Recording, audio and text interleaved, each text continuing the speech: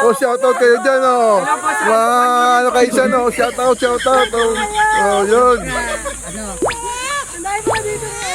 Dahil vlogger, kalat. A few moments later.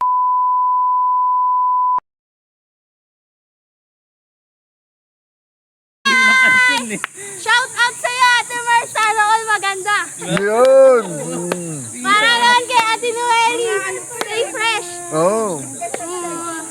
Shout out sa inyo. Ako lang to. Yun. Tao. Tao ko naman talaga ako kahayo. Oh. Sayaw na. O, sayaw na. Hawak mo yung... Hawak mo ang bit.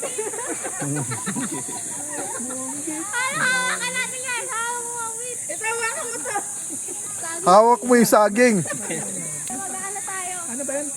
Titingnan lang kita. Sumimple ka lang eh. Di kinaya Kuya Ray eh. Pambira, tindi yung ano na yun. Sabi ko, sa loob ko, ang ganda-ganda pa naman ang kwentuhan namin.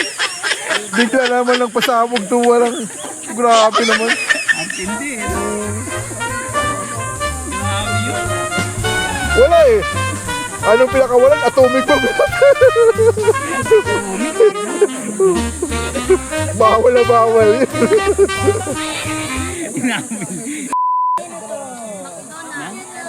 Vlogger ka pala. Oo naman. Follow natin. Anong name? Kuya Ray, YouTube channel ko. Yes. YouTube, hindi Facebook. Cynthia, lang, Kuya Ray Vlog. Pero sa kanya, Kuya Ray. YouTube channel. YouTube channel. Kuya Ray TV, YouTube channel. Oh, paano na Channel ko. Yes. YouTube, hindi Facebook. Cynthia, Kuya Ray lang, Kuya Ray Vlog. Pero sa kanya, Kuya Ray. YouTube channel. YouTube channel. Kuya Ray TV, YouTube channel. Ayan na. Let's go. Ito si Anya.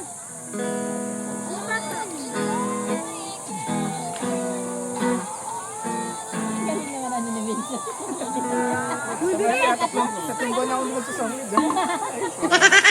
Usapan namin pag napatunig yung gitara na lang.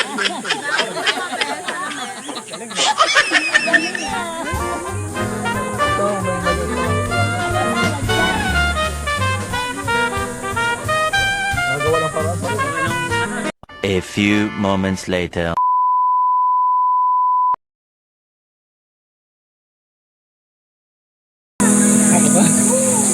Sige po, tayo tayo mag-umpisa na. So, maaari po ba tumayo po tayo para sa ating So, kumusta po ang umaga po natin ngayon? Masaya po ba tayo? Yes! Parang hindi tayo kumain. Joke lang. So, ulitin ko, so masaya po ba tayo ngayong umagang ito? Amen, Dahil ito pong araw na ito, ginawa po ng ating Diyos para po sa atin. At yun nga, to God be the glory dahil tayo po ngayon nandito sa labas para magsaya. Pero bago tayo magsaya, kailangan muna natin unahin ng ating Panginoon. Sabi nga ng Matthew 6:33, ano sabi doon? Seek ye first the kingdom of God. Okay, so unahin muna natin ay magpasalamat sa ating Panginoon at tuloy natin siya at makinig tayo ng kanyang salita. Okay po ba yun? Amen! Sino dito, ulitin ko, sino dito masaya sa oras na ito? Amen! Lahat tayo. So lahat ng mga masasaya, siyempre maaari po ba nga umawi tayo? And before that, tayo po muna ay mag-opening prayer before we start. Sige po, manalangin po tayo. Panginoong Diyos, pinupuri ka namin Panginoon at sinasamba sa umagang ito. Maraming salamat po sa pag-iingat mo sa amin sa pagpunta rito. At dalayan ko nga po Lord habang kami nagkakasiya Panginoon Lord kasama ka namin sa oras nito Lord. As we praise and worship Lord at so, ganun din sa pakikinig ng iyong salita Panginoon. Kukunayin ka po muna namin Panginoon. At dalayan ko nga po Panginoon sa simula hanggang matapos Panginoon ang gawain namin Panginoon. Ikaw po ang aming kasama sa oras nito. Sa aming pag-aawitan at pakikinig ng iyong salita Lord, manguna ka po sa amin. Maraming salamat po at ganun Lord, patawarin mo po kami Panginoon sa bawat pagkakasala ng gawa. Bless us with your holy blood at maging karapat dapat ang aming buhay sa iyong harapan. Di po kami tumayo sa iyong harapan Panginoon. Salamat po, pinupuri ka namin at sinasamba sa umagang ito sa pangalan ng aming Panginoong Jesus. Amen. Para po natin ang ating Panginoon. Awitan po natin ang ating Panginoon ng salamat.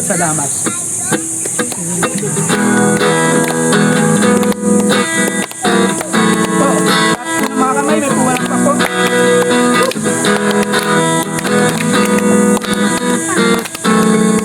Isabay tayo.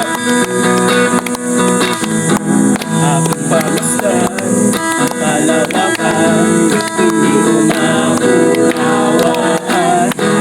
Hinugalian, kung bakit ako pinili mo inalagaan.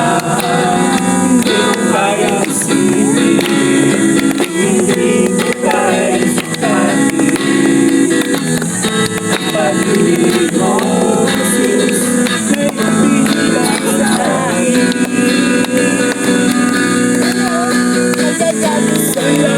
Salamat, Jesus, sa pag-ibig mo. Walang ibang nagmahal sa akin at tulad mo.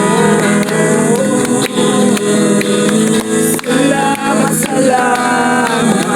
Jesus, sa pag-ibig mo.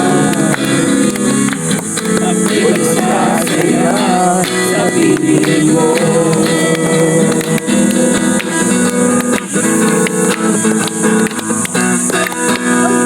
Nung may pagsubok lang o kalugitan,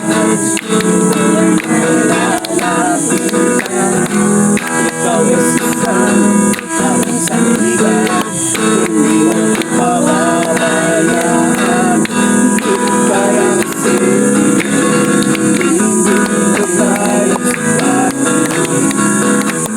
Ang pag-ibig mo, Jesus, ay ibigay sa akin.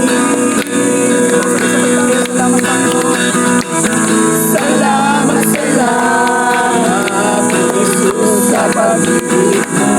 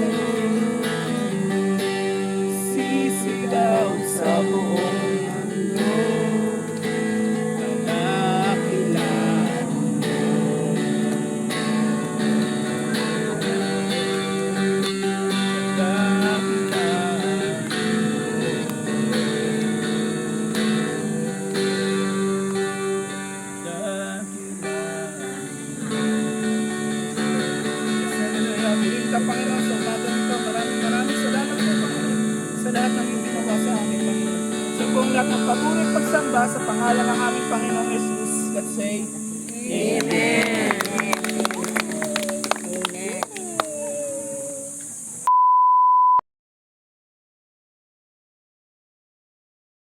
Pauupuin.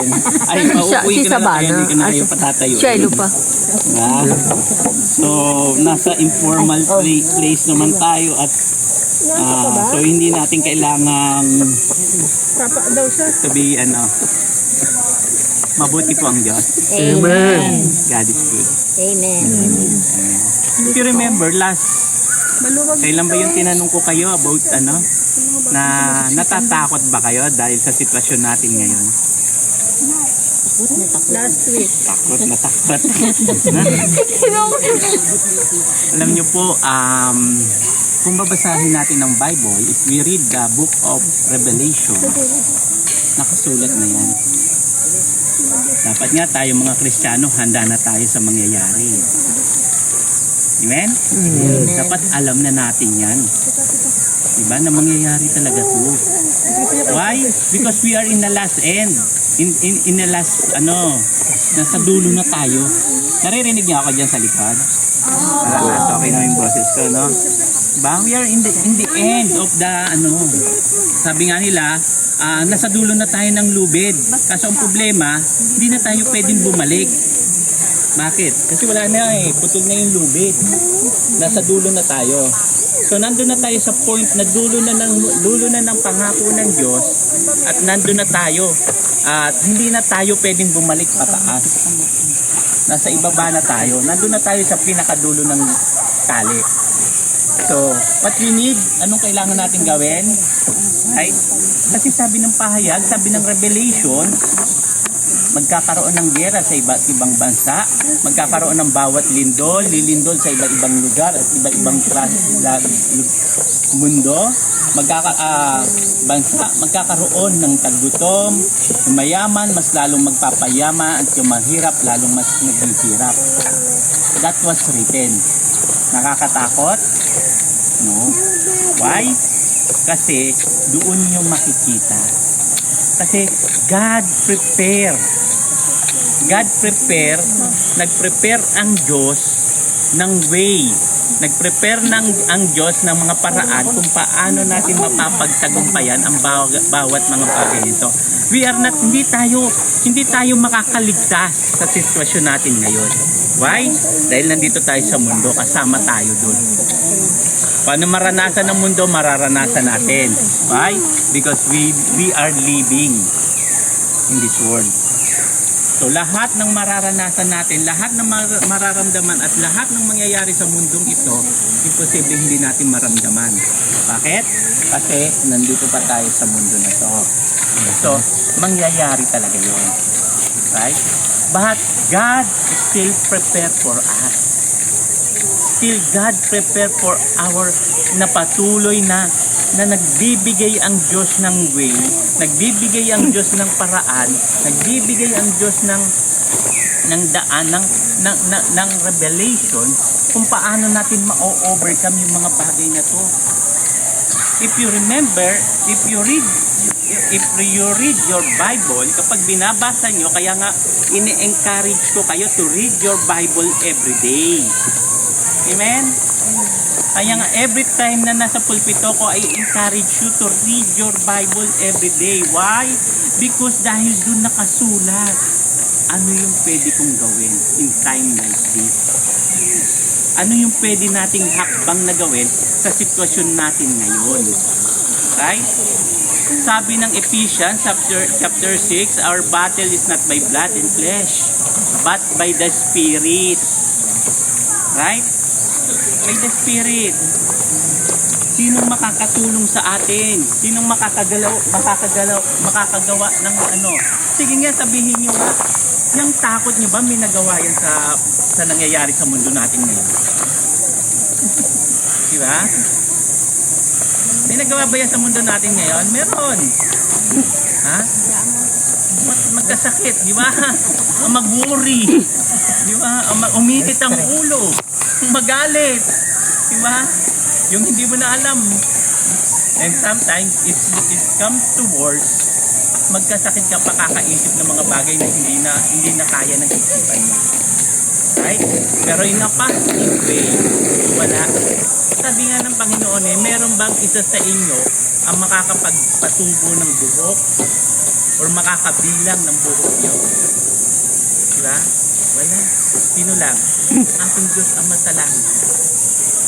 Right? Everything was happened because it was written. Tama? Kaya nga sabi ko sa inyo, read your Bible every day. Kasi kung hindi kayo magbabasa ng Biblia, hindi nyo makikita. Kung hindi kayo nagbabasa ng Bible, hindi nyo malalaman ano yung dapat kong gawin. Kung hindi kayo nagbabasa ng Bible, matatakot kayo ng matatakot. Kakabahan kayo, 150 na next week yung gasolina. Ay yung diesel. Right? Matatakot kayo na matatakot. Uy, bukas, 2 araw, 3 araw na lang pasok. No? Ano pa bang mangyayari? Pero ang sabi ng Diyos, if you read your Bible, God is our provider. God is our supplier. God is a God of mercy. Church, alam niyo ba kung bakit tayo dumadaan sa mga ganitong trial? Naniniwala ba kayo na kaya natin pinagdadaanan doon dahil gusto tayo parusahan ng Diyos? Sino nagsasabi dito na pinaparusahan tayo ng Diyos? Salamat naman, walang sumagot. Ha? Pero alam niyo ba kung bakit kaya tayo dumadaan sa ganitong pagkakataon? Because God developed our mind, our cells, our body na merong ibang pwedeng gawin besides doon sa pang-araw-araw mong ginagawa para makarecover sa mga problemang ito. Right? Dine-develop ng Diyos. Ang sabi nga nila, in terms doon sa bawat mga training na atinan ko, we need to out of the box. Kailangan umalis tayo dun sa comfort zone natin. Inaalis tayo ng Diyos sa comfort zone natin para hindi pahirapan tayo. Tama? Sinong against? Diba? Inaalis tayo ng Diyos sa comfort zone natin. Kaya tayo may takot, kaya tayo nakakaramdam ng takot, kaya tayo nakakaramdam ng pangamba, kaya tayo nakakaramdam ng pag-aalala because of our fear, because God removed us into our comfort zone. Inaalis tayo ng Diyos sa comfort zone natin. Why? Bakit? Sige nga, kung may makakasagot, may premyo. Bakit tayo inaalis ng Diyos sa comfort zone natin? What? Sakal. Talaga. Bakit tayo inaalis ng Diyos sa comfort zone natin? Para mas makita mo yung isang bagay na mas akin at mas maganda na biyaya ng Diyos. God is a God of impossible. Amen? God is a God of possible. Right? May mga bagay tayo na hindi natin makita dahil sa ngayon, pag nasa comfort zone tayo, alam niyo dati nung ako'y nasa comfort zone, ay nahayang buhay ko. Pero nung inalis ako ng Diyos sa comfort zone, doon ko nakita, God will never leave me. Wife ko, nakakatuwa. Bakit? Ang sinasabi niyo sa akin, nila mo pa. Hindi naman tayo pinabayaan ng Diyos. Kung tayo na wala tayo, kung tayo na isang beses na lang tayong kumakain, may kinain pa naman tayo. Why? Because of that, nai-stretch ka.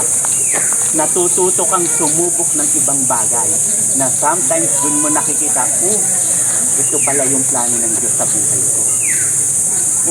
Ito pala yung gusto ng Diyos na makita niya. Dito ko pala makikita yung abundant blessing ng Diyos. Diba? Imagine mo, because the Lord will out you inaalis ka ng Diyos sa comfort zone mo. Ano na ngayon? May vlogger na tayo. Dami na natin vlogger dito. Di ba? Makikita nyo na tayo sa YouTube. Di ba? What I'm trying to say, hindi just a simple like that. What I'm trying to say, God is moving up in a much better way. Amen? It's a much better way. Right? Example, di ba? Nakakapag-isip ka na ngayon na mag-vlog. Dati di mo naman alam yan, Facebook ka lang ng Facebook eh. Nauubos yung oras mo kaka-Facebook. Di ba? Nauubos yung oras natin kakaano. Pero ngayon, nare-realize mo malaki pala ang kita sa ganito. Mas okay pala ganito. Bukod sa nagagawa ko na yung gusto ko, possible pa na pagpalain ng Diyos yung ginagawa ko at maaaring yun pa yung maging way para gumanda yung buhay ng pamilya namin at makatulong kami sa ibang tao. Right? God is moved. Inaalis tayo ng Diyos sa comfort zone natin para mas makita natin yung bigger plan ng Diyos. Kasi hanggat nandun tayo sa comfort zone natin, hindi mo marirealize ano na bang nangyayari, ano na bang ano. Diba? Hanggat nandun ka sa comfort zone mo, hindi ka mai-stretch. We need to stretch. God wants to stretch us until He meet or until mangyari yung plano ng Diyos sa bawat isa sa atin. Right? Lord, sama naman ng sitwasyon ko, sama naman ng 2026 na to. Ang pangit naman. March pa lang, wala na kami. March pa lang, ganito na yung buhay namin. March pa lang, sayad na kami. March pa lang. Why? Kasi gustong ipakita sa iyo ng Diyos. Gustong ipakita sa iyo ng Diyos, anak, I have a better plan for you. May mas maganda akong plano sa iyo. Pero because of that, dahil dun sa comfort zone natin, dahil nandun tayo sa comfort zone natin, ayaw na nating umalis. Right? Lord, ito na buhay ko eh. Pagkatapos ng trabaho, uuwi ng bahay, magbubukas ng TV, manonood, relaxing time. Matutulog, trabaho ulit. Okay na ako dito, Diyos. Masarap na buhay ko eh. Panatag na ako eh. Kaso ini-stretch ka ng Diyos. Hindi yan ang plano ko sa iyo, anak. Mas gusto ko, mas maging maganda. Mas gusto ko, mas maging maayos. Mas gusto ng Diyos, mas maging maganda at matupad yung plano niya sa atin. So what God will do, iaalisin niya tayo sa comfort zone natin. To stretch out. Diba? To the point na, Lord, tandaan niyo mga kapatid, mas lalo kang naghihirap, mas lalo kang dumarating sa paghihirap ng buhay mo, ibig sabihin, parating na yung plano ng Diyos. Dahil ini-stretch ka ng Diyos. Tinitignan ng Diyos kung hanggang saan ang kaya mo, at pag dumating ka sa point na doon ka na stretch ka na, doon mo makikita ang ganda pala ng plano ng Diyos sa buhay. Yun mo makikita, ito pala yung plano ng Diyos, gusto pala ng Diyos, ma-enjoy ko yung kalawakan habang kumikita ako ng pera. Habang kumikita ako na makatulong sa mga taong nangangailangan, habang ako ay kumikita at nag-i-enjoy sa ginagawa ko. Ay, mabait ang Diyos natin. Mabuti ang Diyos natin. Hindi porkit dumadaan ka sa kahirapan ngayon, hindi porkit dumadaan ka sa katerbang takot ang nararamdaman mo ngayon, hindi porkit hirap na hirap ka ngayon, ibig sabihin pinarurusahan ka ng Diyos. No. The Lord will stretch you. Flexible tayo. Pakisabi nga sa katabi mo, kapatid, you are flexible. Flexible tayo. Why? Pinap-stretch tayo ng Diyos to the point na makita mo what is really God's plan in our life, sa buhay niya sa bawat isa sa atin. Nais ng Diyos na makita mo, ito ka anak, ito ang pangako ko sa iyo, ito ka dapat, ito, huwag mo ipilit ang sarili mo dyan. The only way para matupad ang plano ng Diyos sa buhay natin, isa lang ang gagawin niya sa atin eh. Alam niyo kung ano? Aalisin niya tayo sa comfort zone. Tama? Kasi hanggat nasa comfort zone ka, hanggat panatag ka, hindi ka mag-iisip. Tama? Oo. Diba? Hanggat maganda yung katayuan mo, hindi mo iisipin yung buhay mo kinabukasan mo. Hanggat maganda yung katayuan mo, hindi mo iisipin na may planong mag-iba pa ang Diyos sa'yo. Okay na to, Lord. Ayos na sa akin to. May pagkain ako araw-araw. Meron akong tinutuluyan. Meron akong inuuwian. Meron nagmamahal sa akin. Ito pala yung plano ng Diyos sa'yo. Plano pala ng Diyos na itulungan mo, na makatulong ka pa, higit dun sa mga pangarap mo. Right? Anong sabi ng Diyos? My plan for you, not to harm you, but to bless you. Ha? Church, hindi dahil sa sitwasyon mo ngayon, magagalit ka sa Diyos. Hindi dahil sa sitwasyon mo ngayon, matatakot ka. Hindi dahil sa sitwasyon mo ngayon, magtatampo ka sa mga magulang mo. Hindi dahil sa kalagayan mo ngayon, maghahanap ka ng sisisihin mo. Ang hanapin mo, Lord, what is your really plan for me? Ano ba yung gusto mong maabot ko? Right? Alam niyo po ako, maaga ako nag-asawa. Maagang lumandi ang lolo niya. Ay, dito lang pala. maaga akong ano eh. No? And later on, pinasok ako ng sahin ko na janitor. 7 years ako naging janitor sa